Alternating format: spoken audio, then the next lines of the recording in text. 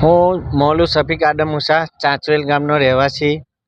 અમારા ચાંચવેલ ગામના સરપંચ મોહમ્મદ સિકંદર મુસા બાપુ. અમે અહીંયા આવેલા છે. આ બ્રિજની કામગીરી એટલી ધીમી ચાલી રહેલી છે. કોન્ટ્રાક્ટર ટાઈમ પર કામ કરતો નથી. આજે અમે અહીંયા આવ્યા, એને ટેન્ડર કોપી માંગી, ટેન્ડર કોપી આપતા નથી. એની સમય મર્યાદા પણ પૂરી થઈ ગયેલી છે, પણ એ સમય મર્યાદા પૂર્ણ થઈ ગયેલી છે, હજુ કામ પૂર્ણ કર્યું નથી. અમે આ લોકોને એવું કહેવા માટે આવેલા છે કે આ ચોમાસું આવેલું છે, મોન્સૂન સત્ર છે, માટે અહીં ડાયવર્ઝન તમે આપો તો આ રસ્તા ચાંચવેલથી પાલડી મુલેર અવર જવર માટેના રસ્તો ચાલુ થઈ જાય, વાહનો ચાલુ થાય.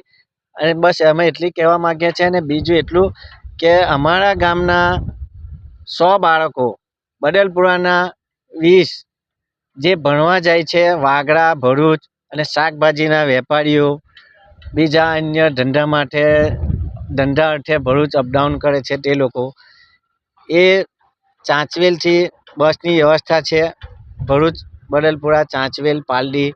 જો એ ચોમાસામાં બંધ થઈ જશે તો બાળકોનું ભવિષ્ય શું?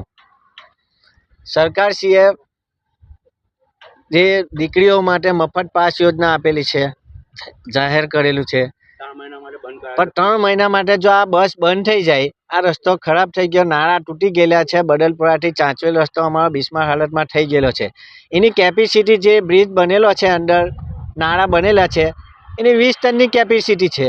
120 ટનના સાધનો, 220 ટનના સાધનો ત્યાંથી જાય છે, ચાંચવેલથી બદલપુરા ઓછણ થઈને.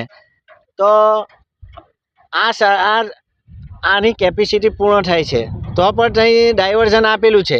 તો અમે તંત્રને એટલી જ જવાબદારી છે, તંત્રને એટલું જ કહેવા માગીએ છીએ કે અહીં ડાયવર્ઝન બનાવો, ડાયવર્ઝન આપો, કે વાહન વ્યવહાર ચાલુ થાય, નોકરિયાત છોકરાઓ અહીંયા ચાલુ થાય, આ રસ્તો ચાલુ થાય.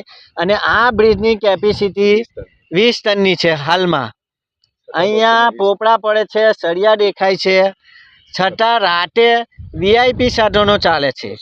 220 ટનના 120 ટનના વીઆઈપી સાધનો ચાલે છે. તો રાતે દુર્ઘટના થશે તેનો જવાબદાર કોણ? એ તંત્ર કોના કહેવાથી ચાલે છે? આ જે સાધનો છે તે કોના કહેવાથી ચાલે છે? અમે એટલું જ કહેવા માગીએ છીએ કે આનો રાતે જે દુર્ઘટના થશે તેની જવાબદારી કોણ? અમે દિવસે કેમ બંધ કરી દેવામાં આવે છે ને રાતે જ ચાલુ કરવામાં આવે છે? કોના કહેવાથી ચાલે છે? આનો અધિકારી કોણ છે?